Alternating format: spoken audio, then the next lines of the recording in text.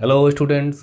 Climate chapter के tutorial में हम अपर एयर सर्कुलेशन में जेट स्ट्रीम्स के बारे में स्टडी करेंगे और मुझे पूरी उम्मीद है कि आप पिछले ट्यूटोरियल जरूर देख रहे हो क्योंकि इस चैप्टर से बहुत ज़्यादा क्वेश्चन मुझे पूछे जाते हैं और that is why I have divided यानी I have broken this chapter to different different parts and all parts are based on different different concepts.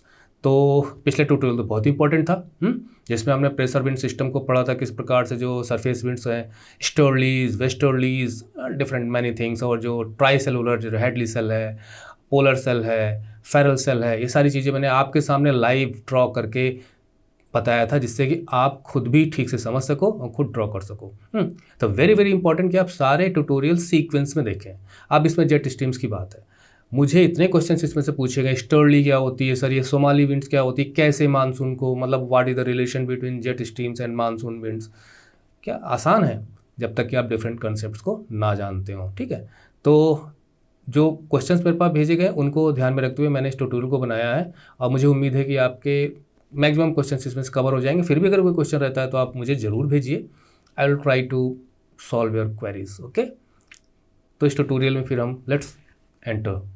Jet winds यानी jet streams upper air circulation में आती हैं, यानी कि atmosphere में ऊपर काफ़ी ऊंचाई पर, जो मैंने आपको ऑलरेडी सब कुछ बताया हुआ किस प्रकार से जो डिफरेंट लेयर्स है एटमॉस्फेयर की, जिसमें सबसे पहली लेयर हमारी आती है ट्रोपोस्फेयर, जिसमें सारी जो वेदर एक्टिविटीज़ होती हैं वो सब कुछ होती हैं।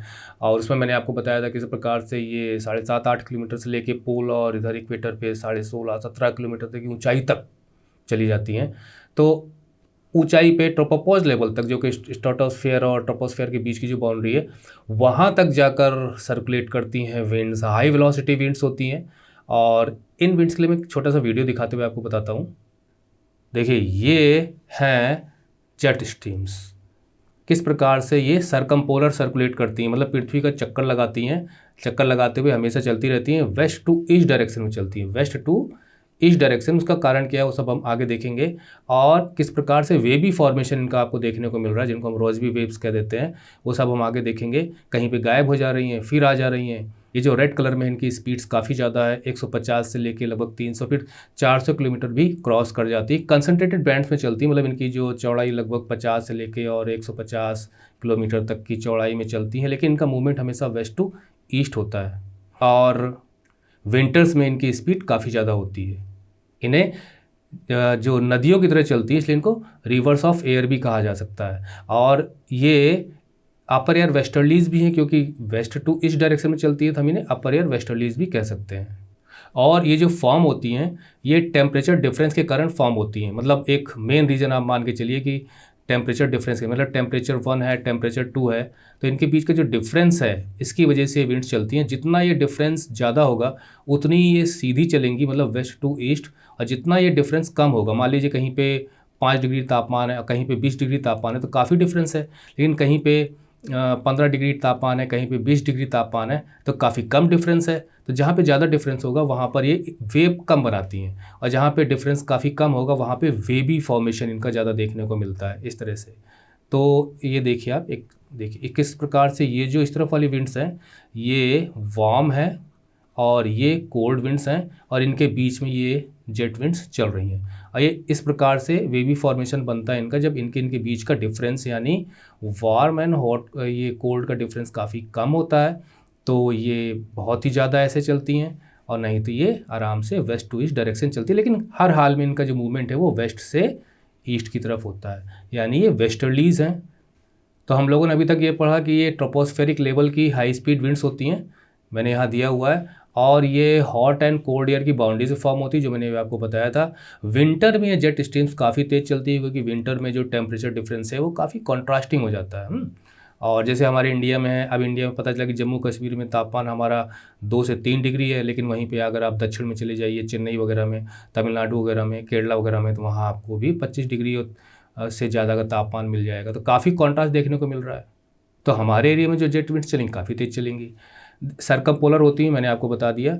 और इनका जो कंसनट्रेटेड बैंड्स होता है, मतलब इनकी एक बैंड मतलब चौड़ाई होती है, उनके बीच में ऐसे चलती रहती हैं, और वेस्ट टू ईस्ट डायरेक्शन में चलती हैं, मेंडरिंग करती हैं वर्टिकल भी होती है, हॉरिजॉन्टल भी होती है। वर्टिकल का मान लीजिए कि वर्टिकल आपको नापना है तो आप सरफेस से आप ऊंचाई पे ऐसे ऐसे चलती हैं, और साथ में अब यहाँ 3D तो हम दिखा नहीं सकते, और हॉरिजॉन्टल भी इनका मूवमेंट होता रहता है, तो दोनों इनकी मेंटरिंग होती है, उसे आप फिलहाल इतना दिमाग मत लगाइए। रिवर्स ऑफ एयर भी इन्हें कहा जाता है, अपर एयर वेस्टर्लीज कहा जा सकता है क्योंकि ये वेस्ट से चलती हैं। और हाँ, सेकेंड वर्ल्ड वॉर हुआ क्या था कि इनका जेट विंड्स, आप समझे जो जेट प्लेन्स का आपने नाम सुना, काफ़ी स्पीड से चलते हैं जेट प्लेन्स।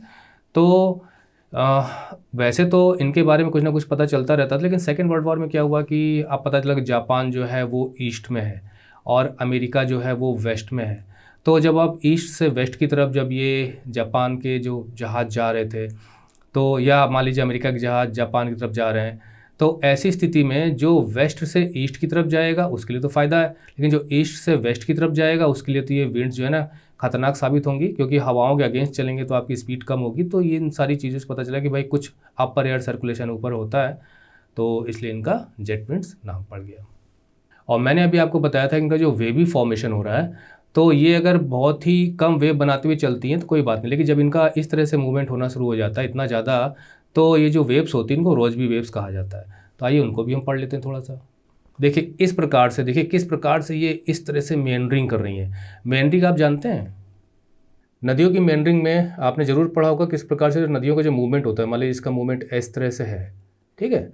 तो इस तरह से मूवमेंट में जो इनका मूवमेंट का जो आउटवर्ड हिस्सा होता है वहाँ पर ये इरोजन करती हैं, यहाँ पर वो मिट्टी को काटती हुई चलती हैं। तो इस प्रकार से इनका ये हिस्सा और बढ़ता हुआ चला जाता है, और यहाँ डिपोजिशन होता है मिट्टियों का, तो ये हिस्सा और इस तरह से होता हुआ चला जाता है। जैसे आप देख रहे हैं ये कितना बड़ा हो गया, और यहाँ पे मिट्टी जमती चली जाती है, और यहाँ पे भी इरोजन हो रहा होता है क्योंकि इसका आउटवर्ड मूवमेंट यहाँ बन रहा है, इनवर्ड मूवमेंट यहाँ बन रहा है, यहाँ पे मिट्टियों का डिपोजिशन होगा, और ये हिस्सा और ऐसे होता चला जाएगा, ये हिस्सा और ऐसे होता चला जाएगा।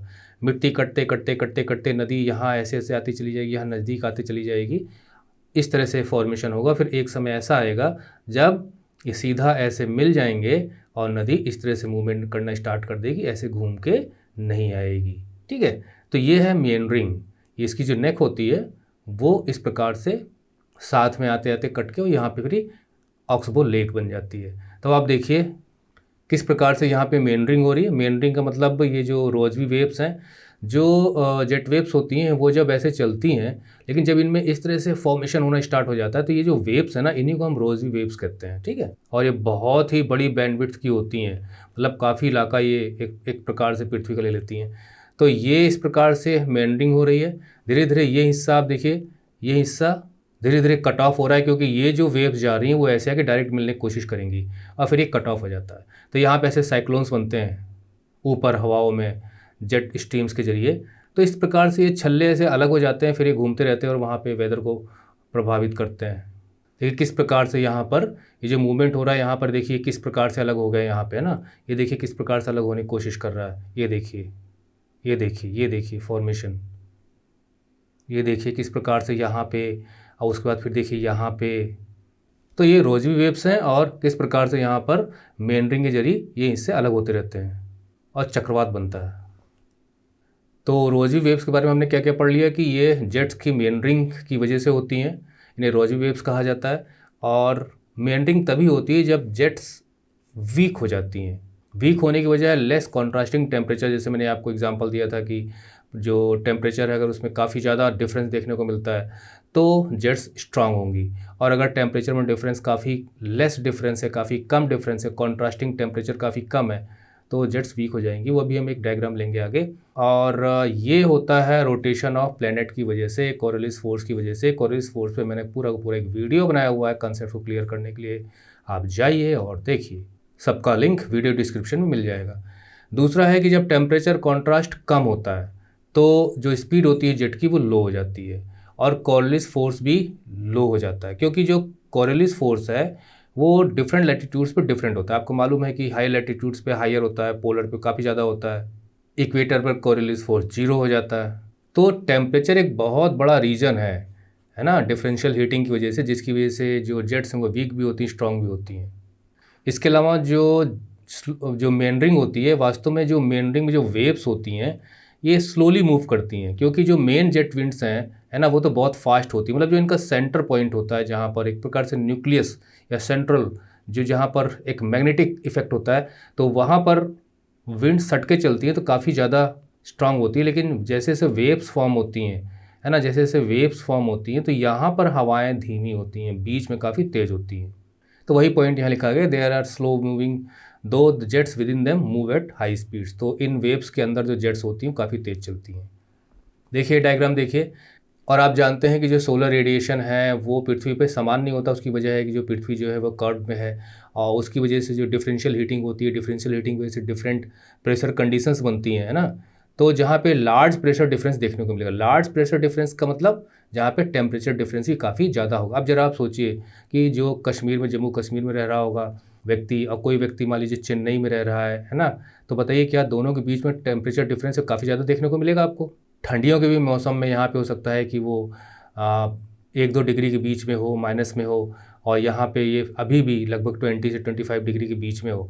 तो दोनों के बीच में लगभग 25 डिग्री का अंतर आ रहा है। तो ये है टेम्परेचर डिफरेंस। तो ये काफ़ी ज़्यादा है। पता चला कि यहाँ पे भी जम्मू कश्मीर में भी आपका टेम्परेचर डिफरेंस देखने को मिलता है। यहाँ 10 डिग्री है और यहाँ पे लगभग 15 डिग्री है। तो 10-15 के बीच में 5 का ही डिफरेंस है। तो ये जो डिफरेंस कम होगा, यहाँ डिफरेंस ज़्यादा होगा। तो जहाँ ज़्यादा डिफरेंस होगी, प्रेशर डिफरेंस कंडीशंस भी, यानी स्टीप ग्रेडियंस देखने को मिलेगा। तो जहाँ पे इस प्रकार से ज़्यादा डिफरेंस देखने को मिलेगा टेम्परेचर, वहाँ पे बंध के चलती हैं ये स्ट्रीम्स। देखिए, तो अब यहाँ पे कोल्ड एयर यहीं पे रुक रही है, वार्म एयर का क्षेत्र यहाँ पर है, क्योंकि नीचे से इक्वेटर की तरफ से तो वार्म एयर जाती है ना, यहाँ से कोल्ड एयर आती है, और यहाँ पर ये हवाएं इन दोनों के बीच में चल रही हैं, जैसे मैंने आपको बताया था ना कि किस प्रकार से जो वार्म और कोल्ड एयर के बीच में ये चलती हैं। और ये स्ट्रॉन्ग जेट स्ट्रीम से इनका पाथ लगभग स्ट्रेट है। यहाँ पे देखिए आप किस प्रकार से जो प्रेशर डिफरेंस है वो कम है, क्योंकि टेम्परेचर कॉन्ट्रास्ट कम है, जिसकी वजह से देखिए ये एक प्रकार से यहाँ पे ये वेव फॉर्म में मियंडर कर गई। अब देखिए ये जो कोल्ड विंड्स हैं ये इसके साथ नीचे तक आएंगी। अब देखिए इसके जो बैकग्राउंड में अमेरिका का मैप बना हुआ है, तो यहाँ पर इतने क्षेत्र में अभी गर्म हवाएं हैं। अब देखिए यहाँ पर कितनी दूर में यहाँ से पोल की तरफ से ठंडी हवाएं आ गई, यहाँ का मौसम ठंडा हो जाएगा। यहाँ देखिए वार्म एयर एंटर कर रही है, यहाँ पे कोल्ड एयर एंटर कर रही है। तो इस प्रकार से भी मेंडरिंग की वजह से वार्म एयर जा रही है, ठंडी एयर नीचे आ रही है, और नीचे का जो वेदर है वो प्रभावित होता है। तो मेंडरिंग की वजह है weak jet streams. Weak jet stream की वजह है less temperature difference, less contrasting temperatures. कहने का मतलब ये है कि जेट विंड्स का मूवमेंट लगभग इस तरह से होना चाहिए, इस तरह से होना चाहिए और चलती चली जाए, ठीक है। ये जेट विंड्स का मूवमेंट मैं हल्का सा आपको बता रहा हूँ, ये चल रही है। अब पता चला कि जो प्रेशर, क्योंकि ऊपर भी प्रेशर कंडीशंस होती हैं, और चूँकि फ्रिक्शन लेस एटमॉस्फेयर होता है, लगभग बहुत तेज़ हवाएं चलती हैं, तो इनमें कोरियोलिस फोर्स भी अच्छा खासा लगता है, तो और स्पीड पकड़ती हैं। लेकिन यही जो है ये हिस्सा जब इस प्रकार से मेंडरिंग करता हुआ चला जाता है तो इसमें रिजेस एंड ट्रफ्स बनते हैं। तो यहाँ पे जो पोजीशन बनेगी वो रिज होगी, ठीक है, और ये जो पोजीशन बनेगी इसे हम ट्रफ कहेंगे, जहाँ पे डिप्रेशन आपको देखने को मिलता है। देखिए ये डायग्राम आप देखिए, ये ठंडी हवाएं आ रही हैं मेंडरिंग की वजह से, ये गर्म हवाएं ऊपर की तरफ जा रही हैं मेंडरिंग की वजह से, ये ठंडी हवाएं नीचे आ रही हैं, गर्म हवाएं ऊपर जा रही हैं, और ये मूवमेंट इस प्रकार से वेस्ट टू ईस्ट चल रहा है। तो जहाँ पर इस प्रकार से पोजीशन बनेगी वहाँ पर ट्रफ होगा, जहाँ पर इस प्रकार की पोजीशन बनेगी वहाँ पर रिज होगा, ठीक है, और जहाँ पर इस प्रकार की पोजीशन बनेगी वहाँ पर एंटी साइक्लोन देखने को मिलेगा। देखिए अगर हवाएं अगर इस प्रकार से इकट्ठा हो रही हैं, ऐसे कर इकट्ठा हो रही हैं, फिर ऊपर की तरफ जा रही हैं, ऊपर की तरफ जा रही हैं, तो ये इकट्ठा होने से क्या होता है ना कि साइक्लोन बनता है। नदर्न हेमिस्फीयर में वो इस तरह से चलता है एंटी क्लॉकवाइज, और सदर्न हेमिस्फीयर में वो इस प्रकार से चलता है क्लॉकवाइज। तो वो हम जब साइक्लोनिक वेस्टर्न डिस्टर्बेंस वगैरह पढ़ेंगे ना, ट्रॉपिकल साइक्लोन्स, तो वहाँ हम देखेंगे। तो जहाँ पर इस प्रकार से एयर्स मिलती हैं वहाँ पे साइक्लोजेनिस होता है, साइक्लोन्स बनते हैं। और जहाँ पर हवाएं इस प्रकार से अलग होती हैं, ऐसे जाके अलग होती हैं, ऐसे जाके, या नीचे आके अलग होती हैं, ऐसे जाके ऐसे करके इस प्रकार से बिखर जाती हैं दोनों तरफ, यानी एक प्रकार से चारों तरफ, तो यहाँ पर एंटी साइक्लोन होता है। यानी अगर हवाएं नीचे मिल रही हैं तो ऊपर जाके ऐसे अलग होंगी, यहाँ पे अगर यहाँ पे साइक्लोन बन रहा है तो यहाँ पे एंटी साइक्लोन बनेगा। अगर यहाँ पर अगर हवाएं ऊपर आके मिल रही हैं इस टाइप से तो नीचे जाके वो अलग होंगी। तो अगर नीचे साइक्लोन है तो ऊपर एंटी साइक्लोन, और ऊपर साइक्लोन है तो नीचे एंटी साइक्लोन। तो यहाँ पे साइक्लोनिक स्पिन देखने को मिलता है। नदर्न हेमिस्फीयर का डायग्राम है, इस प्रकार से हवाएं घूमती हैं। इस पे ज़्यादा हम पढ़ेंगे वेस्टर्न जब डिस्टर्बेंस के बारे में पढ़ेंगे। तो ये रिज और ये ट्रफ का कंसेप्ट भी मैंने आपके लिए क्लियर किया, और इस डायग्राम से आपने देखा किस प्रकार से जो जेट स्ट्रीम्स होती हैं वो मेंडर कर जाती हैं, और किस प्रकार से उनकी वजह से कोल्ड विंड्स ऊपर से नीचे आती हैं और वेदर कंडीशंस डिफ़र कर जाती हैं, कोल्ड वेव्स स्टार्ट हो जाती हैं। और यहाँ मैंने आपको बताया मेंडरिंग नदियों की, यहाँ मैंने आपको बताया जेट स्ट्रीम्स की मेंडरिंग। अब बात ये उठती है कि ये फॉर्म क्यों होती हैं, कैसे जेट स्ट्रीम्स, तो आइए उसको भी देख लेते हैं। फॉर्मेशन ऑफ जेट स्ट्रीम्स, देखिए थर्मल ग्रेडियंट, ये सब मैं ऑलरेडी आपको बता चुका हूँ। मैं बार बार अगर उन्हीं पे बोलना शुरू करूँगा तो वीडियो वैसे ही लेंदी हो जाते हैं और लेंदी हो जाएंगे। तो डिफरेंशियल हीटिंग की वजह से है ना, इक्वेटर के पास के इलाका ज़्यादा गर्म होता है, टेम्परेट में कम गर्म होता है, पोलर रीजन में और कम गर्म होता है। तो इस प्रकार से इक्वेटर से दूर जाते जाते तो थर्मल ग्रेडियंट हमें देखने को मिलता है पोल और इक्वेटर के बीच में, जिसे हम डिफरेंशियल हीटिंग कहते हैं। मतलब सतह का अलग अलग तरीके से हीट होना, क्योंकि पृथ्वी पर सूरज की किरणें हमेशा एक जैसी मतलब एक ही प्रकार का सोलर रेडिएशन अर्थ पर नहीं पड़ता। पृथ्वी अलग अलग तरीके से हीट होती है, अलग अलग टेम्परेचर देखने को मिलते हैं। लोअर लैटिट्यूड्स पे टेम्परेचर ज़्यादा होता है, हायर लैटिट्यूड्स पे टेम्परेचर कम होता है। जो टेम्परेचर आपका 5 डिग्री में होगा वो टेम्परेचर आपको 15 डिग्री पर नहीं मिलेगा, उससे कम मिलेगा। तो इसकी वजह से ये मेन एक वजह है जेट स्ट्रीम्स के फॉर्म होने की। ठीक है, पता चल गया कि भाई इक्वेटर में डिफरेंस, इक्वेटर और पोल, अगर इक्वेटर है और दूसरी तरफ पोल है तो दोनों के बीच में हमें टेम्परेचर डिफरेंस काफ़ी ज़्यादा देखने को मिलता है, तो मूवमेंट तो होगा। कहाँ पर बनती हैं? Forms when air masses of different temperatures meet, जहाँ पर अलग अलग टेम्परेचर की हवाएं आकर आपस में मिलती हैं। एयर मास हम उन्हें कहते हैं जिनकी लगभग प्रॉपर्टीज सेम होती हैं ना, टेम्परेचर डिफरेंस भी सेम है, प्रेशर उनका जो डेंसिटी भी सेम है। तो एक प्रकार से ग्रुप एयर का जो चलता है, अब मैं काम चलाऊ भाषा में बोल रहा हूँ, एयर मास हो जाती हैं, हवाओं का झुंड आप समझ लीजिए, जिनकी एक जैसी प्रॉपर्टीज़ होती हैं। तो जहाँ पर अलग अलग एयर मासेस यानी अलग अलग टेम्परेचर की एयर मासेस मिलती हैं, हवाएं मिलती हैं, वहाँ पर जेट स्ट्रीम्स फॉर्म होती हैं। या हम ये कह सकते हैं कि ये जो हमने विंड सर्कुलेशन के जो सेल्स पढ़े थे, है ना, 3 सेल्स, तो उनकी बाउंड्रीज़ पर मिलती हैं, मतलब 2 सेल की बाउंड्रीज़ पर ये मिलती हैं। अब देखिए डायग्राम देखिए, ये जो हेडली सेल है, फिर हेडली सेल, फेरल सेल और ये पोलर सेल, ये सब मैं आपको पिछले ही ट्यूटोरियल में सब कुछ पूरा डायग्राम आपके सामने एकदम फ्रेश सर्किल से ड्रॉ करके जो आप देख रहे हैं ये मैं बता चुका हूँ आपको। आप ज़रूर इस वीडियो को ज़रूर देखिए, तो आपको ये वाला ट्यूटोरियल अच्छे ढंग से समझ में आएगा। तो वहाँ हमने देखा था किस प्रकार से इक्वेटर पे लो प्रेशर कंडीशंस होती हैं और हवाएं उठती हैं। ये मिलती तो नहीं आपस में, है ना, वो डोलड्रम की स्थिति होती है यहाँ पर, वो सब कुछ मैं बता चुका हूँ। तो हवाएं उठती हैं, यहाँ पे लो प्रेशर कंडीशंस होती हैं, लेकिन जब नीचे ऊपर जाती हैं तो ठंडी होती हैं और फिर इस प्रकार से दो तरफ मुड़ती हैं ट्रोपोपॉज पे जाने के बाद। तो ऊपर जाने के बाद यही विंड्स जो होती हैं ये जेट विंड्स बनती हैं। जेट यहाँ भी फॉर्म होती है पर यहाँ पर उतनी इफेक्टिव नहीं होती है, यहाँ और यहाँ की इफेक्टिव होती हैं। तो यहाँ पर हाई प्रेशर कंडीशंस बनती हैं, मतलब यहाँ पे लो प्रेशर कंडीशन है, ऊपर जाके हाई प्रेशर कंडीशंस होती हैं, जिसकी वजह से हवाएं ऐसे ऐसे चली जाती हैं। ठीक है, लेकिन पूरी की पूरी अच्छा जाने के बाद ये यहाँ पे उतरती हैं, फिर ये जाके यहाँ उतरेगी, लेकिन हर हवा नहीं उतर पाती, यानी कुछ हवाएं यहाँ पर रह जाती हैं, कुछ हवाएं यहाँ पर रह जाती हैं। मैं एक प्रकार डायग्राम आपको बना रहा हूँ। ठीक है, अब यहाँ पर हवाएं नीचे उतर रही हैं, तो जहाँ पे नीचे उतर रही हैं तो ऐसे जाके ऐसे बिखर जाएंगी। यहाँ पर आपका होगा हाई प्रेशर, और जहाँ हवाएं ऐसे आके मिल रही हैं वहाँ होगा लो प्रेशर। ये सब में अगर आपको नहीं समझ में आ रहा तो पिछला ट्यूटोरियल आप देख लीजिए, बिल्कुल आपको क्लियर हो जाएगा मैं ये सब क्या बता रहा हूँ आपको, लो प्रेशर हाई प्रेशर। इसके बाद फिर यहाँ जाके ऐसे जाती हैं, इधर जाती हैं, और फिर ऊपर उठती हैं। और ऊपर उठने का मतलब यहाँ से हवाएं ऊपर उठ रही हैं, तो यहाँ पे लो प्रेशर कंडीशंस बनेंगी, और ऊपर जाने के बाद फिर हाई प्रेशर कंडीशंस बनेंगी, वही वाली जो मैंने यहाँ पर आपको बताया था। तो देखिए यहाँ पर हाई प्रेशर कंडीशंस है, नीचे लो प्रेशर है। तो अब आप दिमाग लगाइए कि ये हाई प्रेशर यहाँ पे जो ऊपर बना हुआ है, यहाँ से हवाएं मूव कर, जो हवाएं यहाँ पे रुक जाती हैं, नहीं गिर पाती हैं, मतलब नहीं उतर पाती यहाँ पर, ये मूव करती हैं इस तरफ को, लो प्रेशर कंडीशंस की तरफ।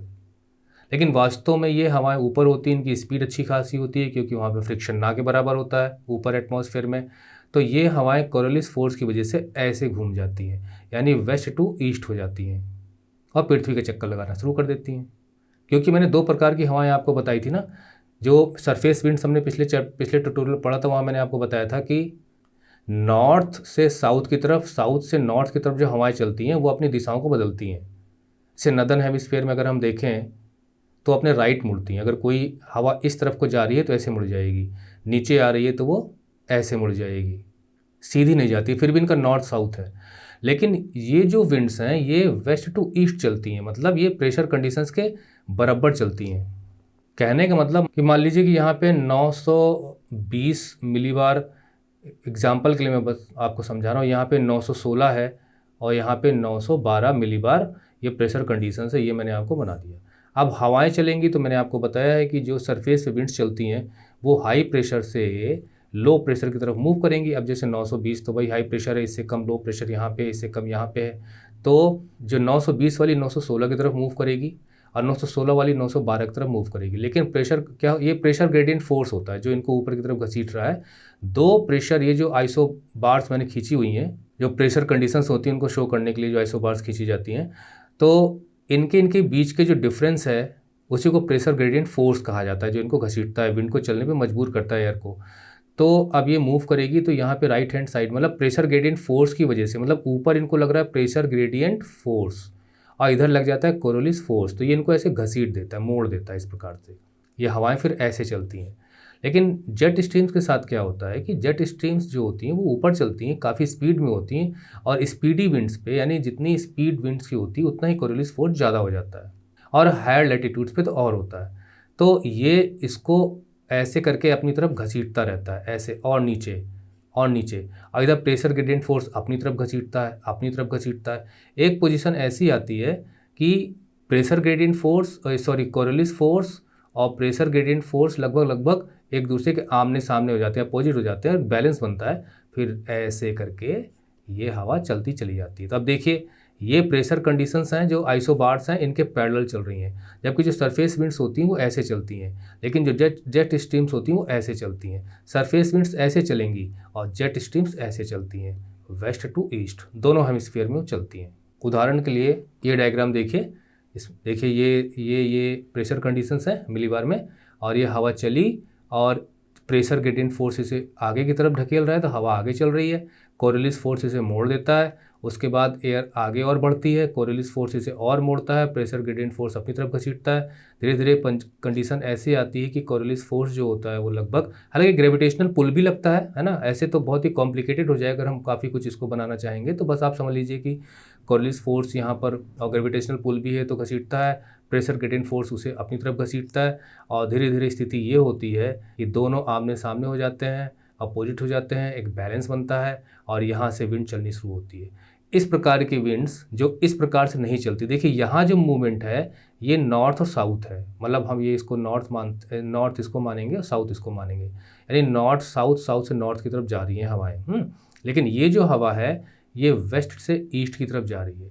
तो जो वेस्ट से ईस्ट की तरफ जा रही है वो जो प्रेशर लाइंस हैं, आइसोबार्स हैं, इनके पैरेलल चल रही है। ये आइसोबार्स हैं, ये आइसोबार्स हैं, इनके पैरेलल चल रही है। जैसे जैसे आइसोबार्स हैं बीच में वैसे ही विंड चल रही है। इसको कहते हैं जियोस्ट्रॉफिक विंड, और इसमें प्रेशर ग्रेडियंट फोर्स और कोरोलिस फोर्स का बहुत बड़ा योगदान होता है।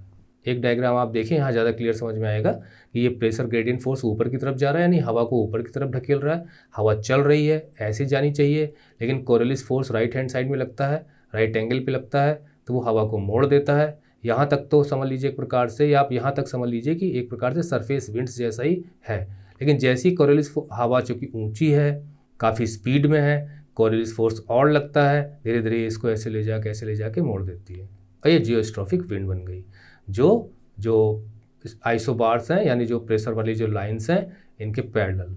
तो इस डायग्राम पे मैं दोबारा आपको लेके आया हूँ, बस इतना समझ लीजिए अब कि हेडली सेल और फेरल सेल के बीच में यहाँ पर जेट स्ट्रीम्स बनती हैं, चलती हैं वेस्ट टू ईस्ट, और एक जेट स्ट्रीम यहाँ बनेगी जो वेस्ट टू ईस्ट की तरफ जाएगी। ऐसे ये होगी आपकी पोलर जेट स्ट्रीम, ये होगी आपकी सब ट्रॉपिकल जेट स्ट्रीम, जो आगे हम ट्यूटोरियल में देखेंगे।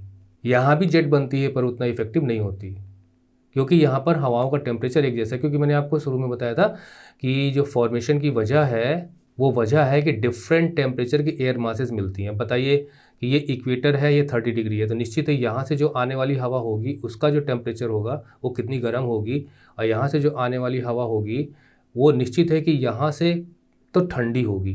मतलब एक प्रकार से देखा जाए तो ये वार्मर होगी, ये कूलर होगी, और ये दो एयर मास डिफरेंट टेम्परेचर की हैं। इस वजह से जब ये आपस में मिलेंगी तो यहाँ पर ऊपर यानी 10 से 12 किलोमीटर की ऊंचाई पर एक एवरेज मान के चलिए सब ट्रॉपिकल जेट स्ट्रीम्स, क्योंकि ये सब ट्रॉपिकल रीजन में पड़ती है ना, इस वजह से ये 30 डिग्री है, सब ट्रॉपिकल रीजन में आता है। यहाँ पर एक जेट स्ट्रीम फॉर्म होगी और यहाँ पर जो जेट फॉर्म होगी उसे पोलर जेट कहा जाएगा। ये दरअसल यहाँ पे फ्रंट बनता है, क्योंकि यहाँ से जो आने वाली हवा है और यहाँ से जो आने वाली हवा है उनका भी टेम्परेचर डिफर तो करेगा। भाई पोल की तरफ से आने वाली हवाएं ठंडी होंगी, यहाँ से आने वाली हवाएं इसकी अपेक्षा तो गर्म जरूर होंगी। तो इस प्रकार से यहाँ पे भी पोलर जेट बनती है, सब ट्रॉपिकल जेट बनती है। ये दोनों पूरे पृथ्वी पर घूमती रहती हैं, 24 घंटे चलती रहती हैं। पोलर जेट्स स्ट्रॉन्ग, इसकी जो स्पीड होती है वो ज़्यादा होती है, इसकी कंपेरिजन में इनकी स्पीड कम होती है। विंटर में काफ़ी स्पीड में चलती हैं हवाएं, और यही जो हवाएं यहाँ पर हैं मिल रही हैं, इनके बीच में जो बनती हैं जेट्स, अगर इनके बीच का जो डिफरेंस है टेम्परेचर का वो काफ़ी कम होगा तो इनमें मेंडरिंग देखने को मिलेगी। अगर इनका टेम्परेचर में डिफरेंस काफ़ी ज़्यादा होगा तो विंड्स ऐसे चलेंगी। तो पता चल गया कहाँ पे फॉर्म्स होती हैं। और शुरू में जो मैंने आपको बताया था कि यहाँ पर एक प्रकार से जो हाई प्रेशर कंडीशंस हैं, नीचे लो प्रेशर कंडीशंस हैं, हवाएं वैसे तो कुछ इधर चली जाती हैं, कुछ इधर चली जाती हैं, कुछ ऐसे मूव करती हैं। इधर लो प्रेशर कंडीशंस हैं क्योंकि यहाँ पे हवाएं ऐसे आके मिल रही हैं, जहाँ पे मिलती हैं लो प्रेशर, तो ये ऐसे घूमती हैं लेकिन आके ऐसे घूम जाती हैं क्योंकि कोरियोलिस फोर्स लगता है, फ्रिक्शन कम होता है, स्पीड ज़्यादा होती है ना इनकी विंड्स की, इसलिए। बाकी हम अगले ट्यूटोरियल में पढ़ेंगे जो डिफरेंट टाइप्स ऑफ जेट्स होती हैं, है ना, जो ईस्टर्ली जेट्स हैं और जो किस प्रकार से मानसून को प्रभावित करती हैं, वो सब सारी चीज़ें हम अगले ट्यूटोरियल में पढ़ेंगे। इस ट्यूटोरियल में हम शामिल नहीं कर रहे हैं। तो जियोस्ट्रॉपिक विंड्स के बारे में भी कुछ लाइनें मैंने यहाँ लिख दी हैं कि ये पैरेलल रन करती हैं आइसोबार्स के, और प्रेशर ग्रेडियंट फोर्स और कोरियोलिस फोर्स ऑलमोस्ट अपोजिट हो जाते हैं, तो ये फिर ये ऐसे करके मूव करना स्टार्ट करती हैं। और दीज विंड शिफ्ट जो जेट विंड्स के बारे में है कि जो जेट्स होती हैं वो सन के मूवमेंट के साथ ये शिफ्ट करती हैं। जो प्रेशर बेल्ट के सिस्टम में हमने पिछली बार आपको पढ़ाया था किस प्रकार से सन है वो Tropic of Cancer, Tropic of Capricorn के बीच में मतलब एपरेंट मूवमेंट हमें देखने को मिलता है। वैसे तो पृथ्वी चक्कर लगाती है, उसकी वजह से ये सब होता है। तो ये विंड्स बेल्ट्स भी शिफ्ट करती हैं, और जो अगला ट्यूटोरियल में उसमें आपको हम बताएंगे सारी चीज़ें। तो क्या क्या हम लोगों ने पढ़ लिया कि जो जेट विंड्स होती हैं, जेट स्ट्रीम्स होती हैं, वो सरकमपोलर पृथ्वी का चक्कर लगाती रहती हैं। अपर एटमॉस्फेयर में ट्रोपोपॉज लेवल पे जाके बनती हैं, हालांकि और भी हैं जैसे पोलर नाइट जेट्स वगैरह, वो काफ़ी ऊंचाई तक जाती हैं, अलग अलग स्ट्रेटोस्फेयर में भी चली जाती हैं और पृथ्वी की चारों तरफ चक्कर लगाती हैं। हाई वेलोसिटी विंड्स होती हैं, वेस्ट टू ईस्ट डायरेक्शन में चलती हैं और मेंडरिंग भी करती हैं, जो मैंने आपको बताया था इस डायग्राम में। इसमें देखिए किस प्रकार से, और ये फॉर्म होती हैं जो बाउंड्रीज होती हैं, warm air, cold air, different air masses मिलती है तो उनके बीच में फॉर्म होती हैं। और मैंने आपको बताया था कि मेंडरिंग की वजह से जो जेट्स होती हैं वो कोल्ड एयर को नीचे तक लेके जाती हैं, और इनके बीच में जो डीप रिजेज एंड ट्रप्स वगैरह भी फॉर्म होती हैं, सारी चीज़ें हमने पढ़ी। इसके अलावा ये जो जियोस्ट्रॉपिक विंड्स होती हैं ये भी हमने देखा, और साथ में ये यहाँ पे जो जंक्शन होते हैं, इंटरफेस होता है आपका, जहाँ पे जो डिफरेंट एयर मासेस मिलती हैं डिफरेंट टेम्परेचर की, वहाँ पे जेट्स फॉर्म होती हैं। तो एक पोलर जेट इन दोनों यानी जो पोलर सेल है और फेरल सेल के बीच में और हेडली सेल फेरल सेल के बीच में ये फॉर्म होती हैं। इसके बारे में हम अगले ट्यूटोरियल में भी देखेंगे जब हम डिफरेंट टाइप्स ऑफ जेट्स को पढ़ेंगे। मैं हल्का से एक हिंट आपको दे देता हूँ। इतनी जेट्स के बारे में हम अगले ट्यूटोरियल में पढ़ेंगे और इंडियन मैप के साथ देखेंगे भी किस प्रकार से मानसून से रिलेटेड है। तो ये ट्यूटोरियल यहीं पे ख़त्म होता है। अगर कोई क्वेरी आपके पास हो तो ज़रूर हमें सेंड करिए, we will try to satisfy your queries. Okay, so tata, bye bye.